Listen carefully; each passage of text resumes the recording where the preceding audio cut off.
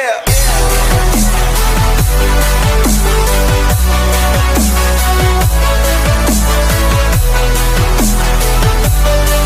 Hello students, good morning.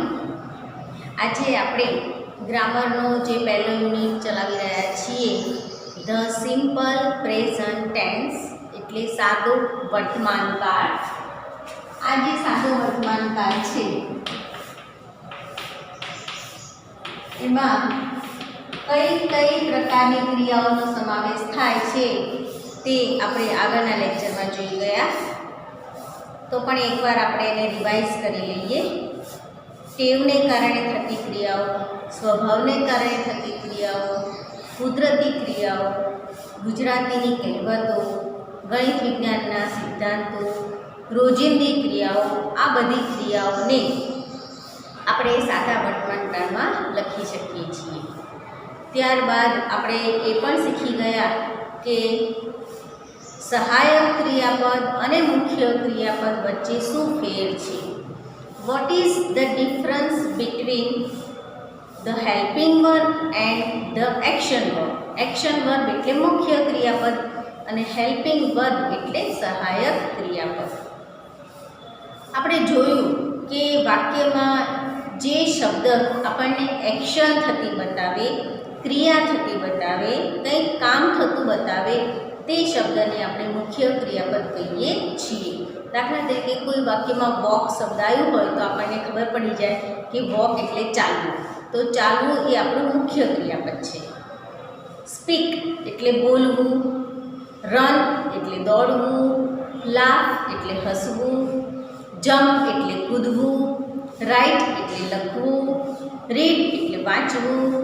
આ બધા જ શબ્દો આપણને એક્શન થતી બતાવે છે, એટલે આ બધા શબ્દો એ આપણા મુખ્ય ક્રિયાપદો છે. ત્યારબાદ આપણે સહાયક ક્રિયાપદની પણ ચર્ચા કરી કે વાક્યમાં એક એવો શબ્દ હોય કે જે શબ્દ જોઈને આપણને વાક્ય કયા કાળમાં છે. 3 કાળ છે અંગ્રેજી, ગુજરાતી, હિન્દીમાં: વર્તમાન કાળ, ભૂતકાળ અને ભવિષ્યકાળ. તો દરેક ઇંગ્લિશના વાક્યમાં એક એવો શબ્દ હોય જે જોઈને આપણે નક્કી કરી શકીએ કે એ વર્તમાન કાળમાં છે, વાક્ય ભૂતકાળમાં છે કે ભવિષ્યકાળમાં છે. એવા શબ્દને આપણે સહાયક ક્રિયાપદ અને અંગ્રેજીમાં આપણે એને હેલ્પિંગ વર્બ કહીએ છીએ. તો એની વ્યાખ્યા શું બને કે જે શબ્દ આપણને વાક્યનો કાળ જાણવામાં મદદ કરે, હેલ્પ કરે, તે શબ્દને હેલ્પિંગ વર્બ એટલે કે સહાયક ક્રિયાપદ કહેવામાં આવે છે. તો એવી રીતે આપણે આગળના લેક્ચરમાં સાદા વર્તમાનકાળના સહાયક ક્રિયાપદોની ચર્ચા કરી હતી. એને એકવાર જોઈ લઈએ. સહાયક ક્રિયાપદો 3 સ્ટેપમાં મેં લખ્યા હતા. પહેલો સ્ટેપ હતો ઇઝ, એમ, આર, જે વર્ણન કરવા માટે વપરાય છે. વાક્યમાં ફક્ત વર્તમાન કાળની પરિસ્થિતિનું વર્ણન કરવું હોય ત્યારે આપણે વાક્યની અંદર ઇઝ, એમ અથવા આરનો ઉપયોગ કરીએ છીએ. ત્યારબાદ બીજા 2 ક્રિયાપદ આપણે સમજ્યા હતા, હેવ અને હેઝ, જે માલિકી દર્શાવવા માટે વપરાય છે. વર્તમાન સમયમાં કોઈ વ્યક્તિની કોઈ વસ્તુ પરની માલિકી દર્શાવવા માટે હેવ અથવા હેઝ ક્રિયાપદનો ઉપયોગ થાય છે. પછીના 2 ક્રિયાપદો આપણે શીખી ગયા હતા, ડુ અને ડઝ, જે વર્તમાન કાળમાં નકાર વાક્ય અને પ્રશ્નાર્થ વાક્ય બનાવવા માટે વપરાય છે. હવે આપણે ટોટલ મેં તમને કાલે આગળના લેક્ચરમાં ચર્ચા કરી તે પ્રમાણે દરેક વાક્યમાં સહાયક ક્રિયાપદ અને મુખ્ય ક્રિયાપદ બંને હોય જ. બરાબર? ક્યારેય એકલું મુખ્ય ક્રિયાપદ વાક્યની અંદર હોય એવું બને જ નહીં. એવું બને કે એકલું સહાયક ક્રિયાપદ હોય, મુખ્ય ક્રિયાપદ ના હોય. બરાબર? જનરલી તો બંને ક્રિયાપદો બધા વાક્યમાં સાથે જ હોય, પણ કોઈક વાર એવું બને કે એકલું સહાયક ક્રિયાપદ હોય. એવું ક્યારે બને? જ્યારે વર્ણન દર્શાવતું વાક્ય હોય ત્યારે, અથવા જ્યારે માલિકી દર્શાવતું વાક્ય હોય ત્યારે. જ્યારે આવા બે પ્રકારના વાક્યો બને છે ત્યારે તે વાક્યમાં કોઈ મુખ્ય ક્રિયાપદ આવતું નથી. એટલે આ ખાસ ધ્યાન રાખવાનું છે. બરાબર. તો આપણે જોઈએ કે આપણે આ બધા જે ક્રિયાપદો છે તે આપણા સર્વનામોની સાથે કેવી રીતે ઉપયોગમાં આવે છે. હવે સર્વનામો એટલે શું? આ નવો પ્રશ્ન ઊભો થયો. તો તમને યાદ હોય તો આપણે સર્વનામો 5મા ધોરણથી તમે જ્યારથી અંગ્રેજીના નાના નાના વાક્યો બનાવો છો કે આઈ એમ હેતલ, યુ આર મોહન, ત્યારથી તમે સર્વનામો શીખી ગયા છો. પણ કદાચ તમને યાદ ના હોય કે આને સર્વનામ કહેવાય છે. તો આપણે પહેલા સર્વનામોની ચર્ચા કરી લઈએ. સર્વનામોમાં બે પાર્ટ હોય છે, એકવચન અને બહુવચન. ઊભા 3 ભાગ હોય છે, પ્રથમ પુરુષ, બીજો પુરુષ અને ત્રીજો પુરુષ. આટલો કોઠો જોઈએ તો હવે તમને તમારા સર્વનામો યાદ આવી જ ગયા હશે. બરાબર છે. તો ચલો બોલો જોઈએ કે પ્રથમ પુરુષ એકવચનમાં સર્વનામ એટલે કે કર્તા કોણ છે? Very good. એનો જવાબ આવશે આઈ. પહેલો પુરુષ એકવચનનો કર્તા અથવા સર્વનામ. કર્તા અને સર્વનામ બંને સરખું જ છે. તો કર્તા અથવા સર્વનામ છે આઈ અને એનું બહુવચન થાય છે વી. આઈ એટલે થાય હું અને વી એટલે અમે. હું એકલી છું. મેં તમને પહેલી વાર જ્યારે 7મા ધોરણના પહેલા સેમેસ્ટરના પહેલો પાઠ ગ્રામરનો લીધો ત્યારે મેં તમને આખી કથા કહી હતી કે પ્રથમ પુરુષ કોણ કહેવાય? તો બોલનાર વ્યક્તિ એ પ્રથમ પુરુષ કહેવાય. ગમે તે સમયે જે વ્યક્તિ બોલતી હોય તે પહેલો પુરુષ. અત્યારે હું બોલું છું તો હું પહેલો પુરુષ, એટલે બોલનાર વ્યક્તિ પહેલો પુરુષ. એવી રીતે બીજો પુરુષમાં કોણ આવે? સાંભળનાર વ્યક્તિ. તો અત્યારે તમે બધા સાંભળો છો એટલે યુ એકવચનમાં શું કહેવાય અને એનું બહુવચન પણ યુઝ થાય છે, પણ ગુજરાતીમાં આપણે તમે કહીએ છીએ.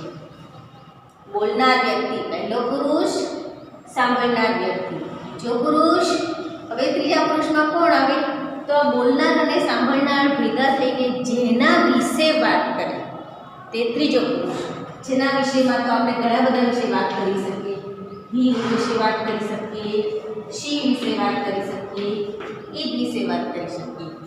હી એટલે પુરુષ જાતિ, નર જાતિ. બરાબર. શી એટલે નારી જાતિ અને ઈટ એટલે એમાં નિર્જીવ વસ્તુ, પશુ, પક્ષી, વનસ્પતિ એ બધું ઈટમાં આવે. પુલ્લિંગ, સ્ત્રીલિંગ અને નપુંસકલિંગ. આમાં હી શી ઈટમાં આખી દુનિયાનો સમાવેશ થઈ જાય. ખાલી બોલનાર અને સાંભળનાર સિવાયની બધી જ વસ્તુઓ ત્રીજા પુરુષ એકવચનમાં આવી જાય. આનું ગુજરાતી થાય છે તે, શીનું થાય તેની. તેની થાય છે પણ હવે આપણે તેનીનો ઉપયોગ નથી કરતા, આપણે તે જ બોલીએ છીએ. અને ઈટ એટલે પણ તે. અને આ ત્રણેયનું બહુવચન થશે ધે. એટલે તેઓ. જ્યારે કોઈ એક છોકરો એક જ હોય, કોઈ છોકરો કોઈ પુલ્લિંગ નામ એક જ હોય તો એના માટે ઈ વપરાય. પણ જો ઘણા બધા બે કે બેથી વધારે પુરુષ જાતિના નામ હોય ત્યારે આપણે એને ધ્યેય સંબોધન કરીએ છીએ. એવી રીતે નારી જાતિ એટલે કે સ્ત્રીલિંગ. સ્ત્રીલિંગનું કોઈ એક નામ હોય તો શી, પણ એ પણ જો બે કે બેથી વધારે હોય તો એના માટે ધ્યેય વપરાશે. એવી જ રીતે કોઈ નિર્જીવ વસ્તુ, પશુ, પક્ષી, વનસ્પતિ વગેરે જો એક વચનમાં હોય તો એના માટે ઈટ વપરાય, પણ જો એ બહુવચનમાં હોય તો એના માટે ધ્યેય વપરાય. આ આપણા સર્વનામો છે. આ જેટલા ઇંગ્લિશ શબ્દો લખેલા છે તે બધા સર્વનામો છે. એકવાર રિપીટ કરી લઈએ. બોલનાર પહેલો પુરુષ આઈ, સાંભળનાર બીજો પુરુષ યુ અને જેના વિશે વાત કરવામાં આવે છે તે હી, શી, ઈટ એ ત્રીજો પુરુષ ગણાશે. તો આ બધા જે ઇંગ્લિશના શબ્દો છે એ સર્વનામો કહેવાય, કર્તા કહેવાય. ઇંગ્લિશમાં એને પ્રોનાઉન કહેવાય. શું કહેવાય? પ્રોનાઉન. તો આ બધા પ્રોનાઉનની સાથે આપણે આ ક્રિયાપદોનો ઉપયોગ કરતા શીખવાનું છે. તો હવે આપણે એ જોઈએ કે વર્ણન કરવા માટેના જે 3 ક્રિયાપદો છે ઇઝ, એમ અને આર, એનો આ બધા સર્વનામોની સાથે કોની સાથે કયો શબ્દ વપરાશે? હવે હું અહીંયાથી ગુજરાતી ભૂસી નાખું છું.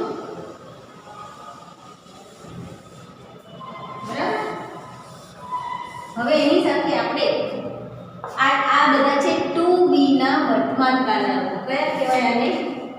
ટુ બી ના વર્તમાન કાળના રૂપો છે.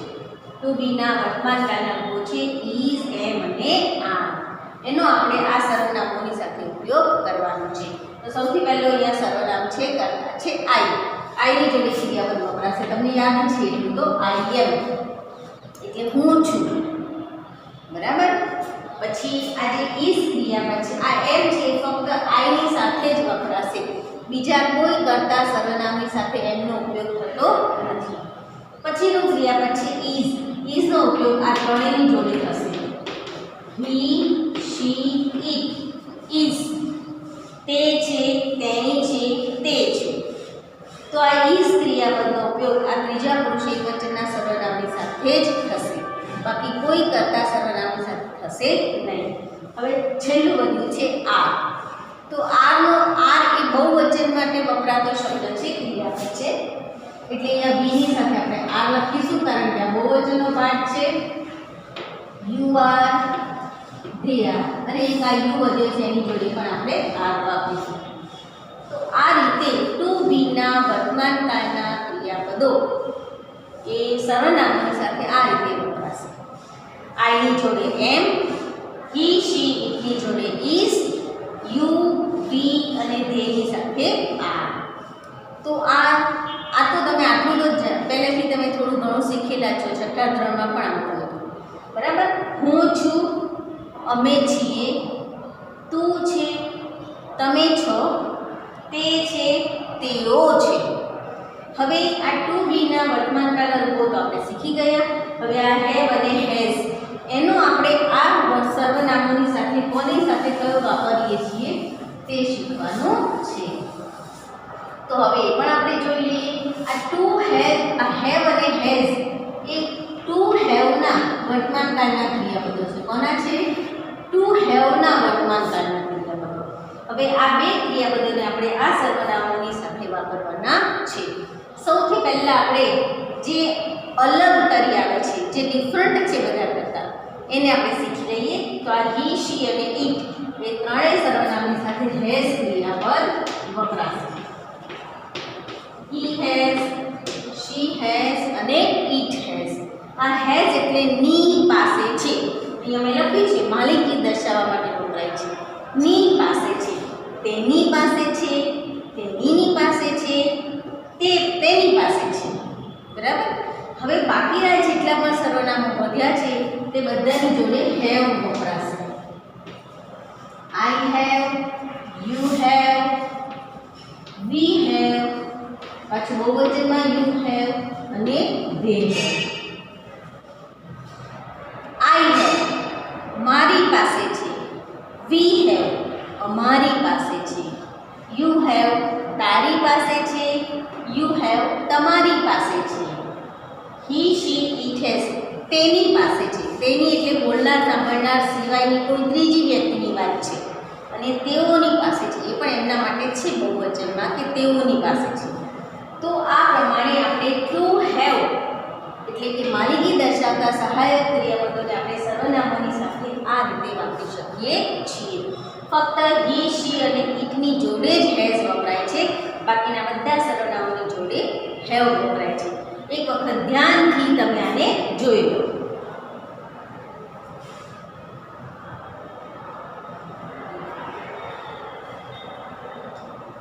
હવે ત્રીજો પાર્ટ છે ડુ અને ડઝ.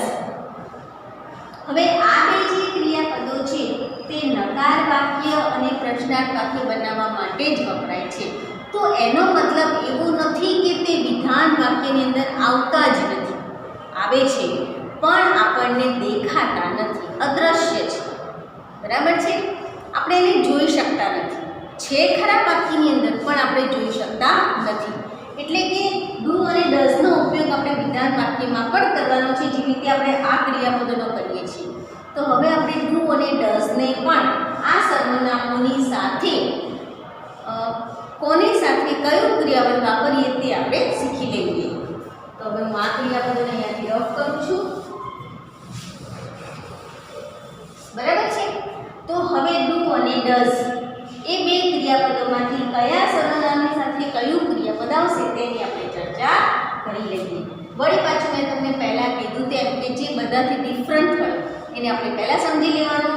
અહીંયા પણ ડિફરન્ટ તરીકે હી, શી અને ઇટનું જ નામ આવે છે. હી, શી અને ઇટ જ્યારે વાક્યની અંદર હોય ત્યારે એની સાથે ડઝ ક્રિયાપદનો ઉપયોગ થાય છે. He does, she does, it does. વાક્યમાં ડઝ આવી રીતે લખવાનું નથી પણ વાપરવાનું ખરું. પડે છે સમજ? જો નકાર વાક્ય હોય તો ડઝ આવી રીતે લખવાનું, જો પ્રશ્નાર્થ વાક્ય હોય તો ડઝ આવી રીતે લખવાનું. બાકી વિધાન વાક્યમાં ડઝ લખવાનું પણ દેખાય નહીં એવી રીતે લખવાનું, ઇનવિઝિબલ તરીકે લખવાનું. બરાબર? તો એ કેવી રીતે લખવાનું છે એ હું તમને જ્યારે વિધાન વાક્ય આ પતે એટલે વિધાન વાક્યની રચના શીખવાનું છું એ ત્યારે શીખવાડીશ.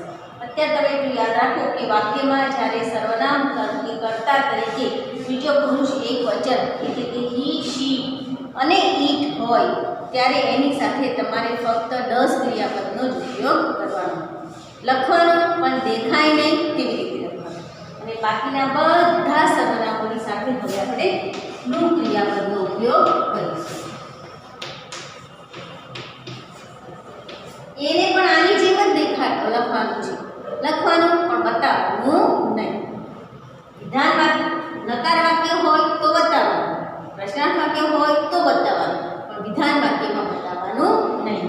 એટલે કે આ બંને જે ક્રિયાપદો છે તે વિધાન વાક્યમાં હોય છતાં દેખાય નહીં, અને નકાર વાક્યમાં અને પ્રશ્નાર્થ વાક્યમાં હોય અને આપણને દેખાય.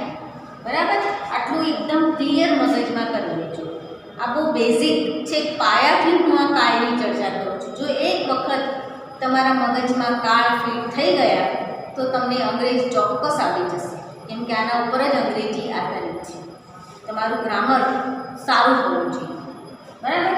તો હવે આપણે ત્રણે ત્રણ ક્રિયાપદો ટુ બીના વર્તમાન કાળના ક્રિયાપદો, ટુ હેવના વર્તમાન કાળના ક્રિયાપદો અને ટુ ડુ અને ડઝ એનો આપણે આ સર્વનામોની સાથે ઉપયોગ કરતા શીખી ગયા. હવે આપણે વિધાન વાક્ય બનાવતા શીખવાનું છે. તો અહીંયાથી હું આ ભૂસી નાખું છું. હવે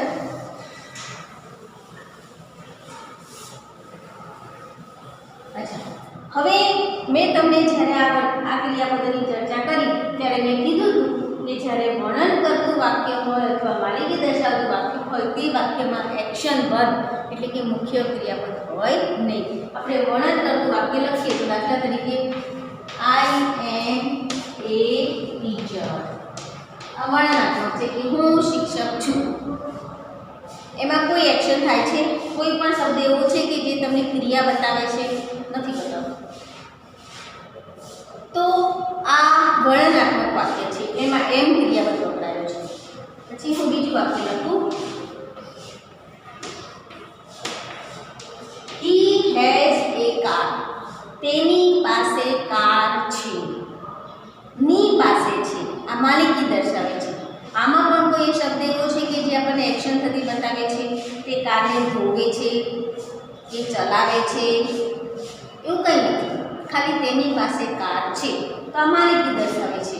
તો જ્યારે વર્ણનાત્મક વાક્ય હોય અથવા માલિકી દર્શાવતું વાક્ય હોય ત્યારે તે વાક્યમાં એક્શન વર્બ એટલે કે મુખ્ય ક્રિયાપદ આવતું નથી.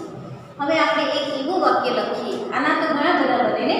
આ એની જગ્યાએ તમે દે મૂકો તો અહીંયા હેવ ક્રિયાપદ મૂકો. એ જે આપણે હમણાં ક્રિયાપદોની ચર્ચા કરી તે પ્રમાણે ઘણા બધા વાક્યો બને. અહીંયા આઈની જગ્યાએ તમે શી મૂકો તો શીની જોડે ઇઝ આવે, ઇઝ અ ટીચર. યુ મૂકો તો યુની જોડે આર આવે, યુ આર અ ટીચર. પાછળના શબ્દો પણ તમે બદલી શકો છો. એવા નાના નાના ઘણા બધા વાક્યો બની શકે છે. હવે આપણે વર્ણનાત્મક અને માલિકી દર્શાવતા શબ્દોની ચર્ચા કરી, પણ હવે આપણે ડુ અને ડઝનો ઉપયોગ કરતા શીખી લઈએ. વિધાન વાક્યમાં ડુ અને ડઝ લખવાના છે, હોય છે પણ દેખાય નહીં તેવી રીતે લખવાના છે. એ કેવી રીતે લખીશું એને આપણે શીખી લઈએ. તો સૌથી પહેલાં ડઝ આપણે હી, શી અને ઇટ આ ત્રણ કર્તાઓની સાથે આપણે ડઝનો ઉપયોગ કરતા શીખ્યા. તો હવે એ ડઝ લખવાનું પણ દેખાય નહીં એ કેવી રીતે એને સમજી લઈએ. દાખલા તરીકે હું લખીશ અહીંયા એક નામ મોહન. મોહન એટલે હી થાય ને સર્વનામ તરીકે હી. હવે આ હી છે, આપણે વિચારવાનું કે આનું સર્વનામ હી થાય છે, તો હી છે તો એની જોડે આપણે ડઝ વાપરવાનું છે. આની પછી જે મુખ્ય ક્રિયાપદ છે એ હું લખીશ ગો. હવે મારે ડઝ લખવું છે, પણ ડઝ દેખાય નહીં એવી રીતે લખવાનું છે, તો હું એ ડઝને આ મુખ્ય ક્રિયાપદની અંદર નાખી દઈશ, એટલે થઈ જશે goes. He goes to school. તે શાળાએ જાય છે. આ સાદો વર્તમાનકાળ છે, તે શાળાએ જાય છે. આ મોહન છે એટલે હી, એની સાથે મુખ્ય ક્રિયાપદ એટલે એક્શન વર્બ છે ગો, જવાની ક્રિયા છે. અને એની અંદર મેં આ ડઝ સહાયક ક્રિયાપદ નાખ્યું છે કે એની જોડે આપણે ડઝ વાપરતા શીખ્યા છીએ. તો મેં તમને શીખવાડ્યું તે પ્રમાણે ડઝ વાક્યની અંદર દેખાય નહીં એવી રીતે લખવાનું. આમાં લખ્યું છે પણ દેખાય છે તમને ડઝ? જો આવું ડઝ કોઈને જોઈ શકો છો તમે વાક્યમાં? નથી જોઈ શકતા, છતાંય લખ્યું છે આની અંદર. અને આની સાથે મિક્સ કરીને લખ્યું છે. મુખ્ય ક્રિયાપદ અને સહાયક ક્રિયાપદ બંનેને મિક્સ કરીને લખવાનું છે વિધાન વાક્યની અંદર. નકાર વાક્ય બનાવીશું તો ડઝ દેખાવાનું જ છે. પ્રશ્નાર્થ વાક્ય બનાવીશું તો પણ દેખાવાનું છે. નકાર વાક્ય વિધાન વાક્યમાં ડઝ હોય અને દેખાય નહીં. તો આવી રીતે આપણે ડઝનો ઉપયોગ કરવાનો. બરાબર. હવે ડુનો ઉપયોગ શીખવાડું છું. દાખલા તરીકે